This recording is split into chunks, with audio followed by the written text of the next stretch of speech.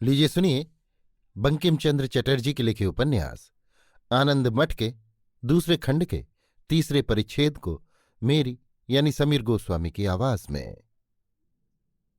दूसरे दिन आनंद मठ के भीतर वाले एक सुनसान मकान में संतानों के तीनों नायक भग्नोत्साह हो बैठे बातें कर रहे थे। जीवानंद ने सत्यानंद से पूछा, महाराज, देवता हम लोगों पर ऐसे अप्रसन्न क्यों हैं? किस अपराध से हम लोग मुसलमानों द्वारा हराए गए? सत्यानंद ने कहा, देवता अप्रसन्न नहीं है। लड़ाई में तो हार जीत हुआ ही करती है।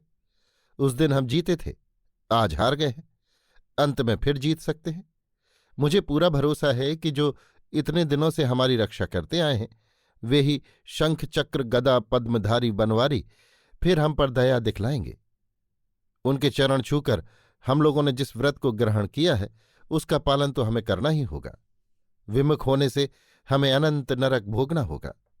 मुझे तो आगे मंगल ही मंगल दिखाई देता है, परंतु जैसे देवानुग्रह हुए बिना कोई कार्य नहीं सिद्ध होता, वैसे ही पुरुषार्थ बिना भी कोई काम नहीं सरता। हमारे हारने का कारण यही हुआ कि हम निहत्थे थे।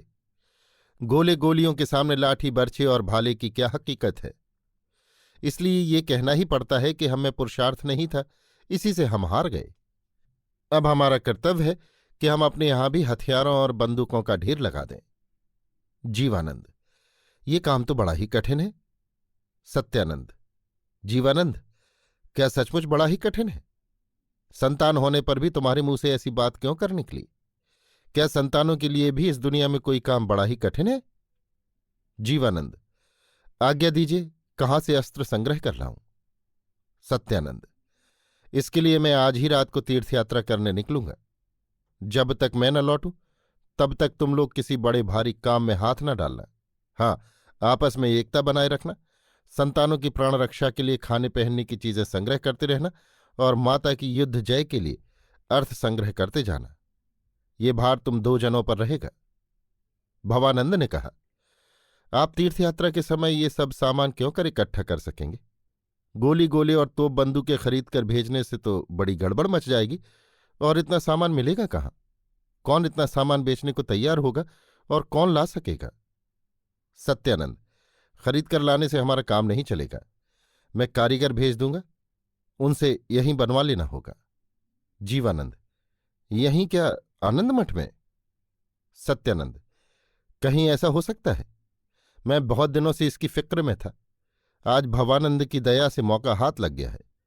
तुम लोग कह रहे थे कि विधाता हमारे प्रतिकूल है, पर मैं तो देख रहा हूं कि वो एकदम अनुकूल है। भवानंद, कारखाना कहाँ खुलेगा?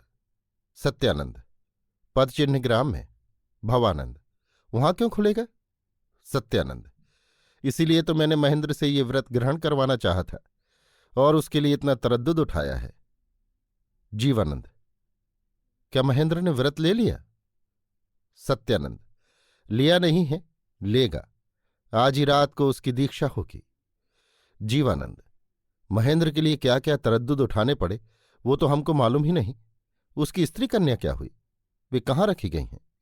मैंने आज नदी के तीर पर एक कन्या पड़ी पाई थी, उसे अपनी बहन को दे आया हूं। उसके पास एक सुंदर स्त्री भी मरी पड़ी थी। कहीं वही तो महेंद्र की स्त्री नहीं थी?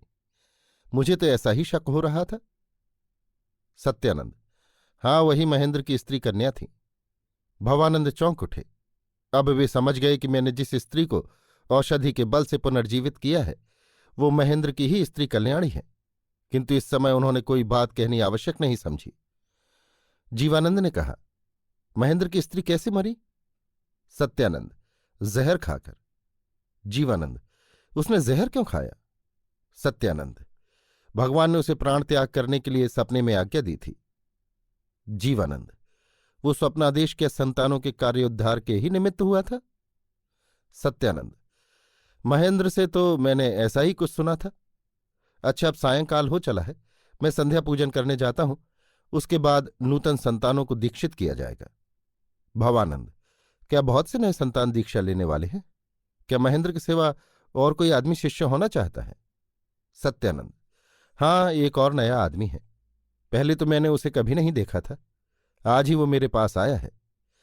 वो बड़ा ही नौजवान और सुंदर पुरुष है। मैं उसकी चाल ढाल और बातचीत से बड़ा ही प्रसन्न हुआ था। वो एकदम खरा सोना मालूम पड़ता है। उसे संतानों का कर्तव्य सिखलाने का भार जीवानंद को दिया जाता है।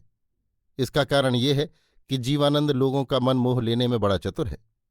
मैं चलता हूं, तुम लोगों से सिर्फ एक बात और कहने को रह गई है, दत्तचित्त होकर उसे भी सुन लो।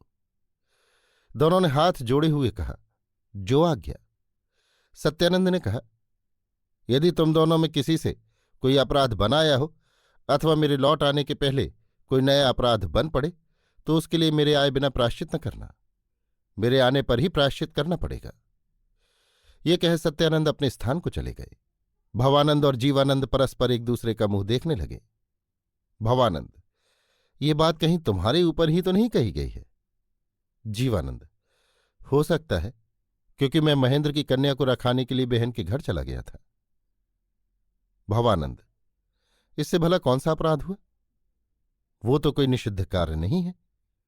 कहीं अपनी स्त्री से भी तो नहीं मिलाए हो? जीवानंद, शायद गुरुजी को यही संदेह हुआ है।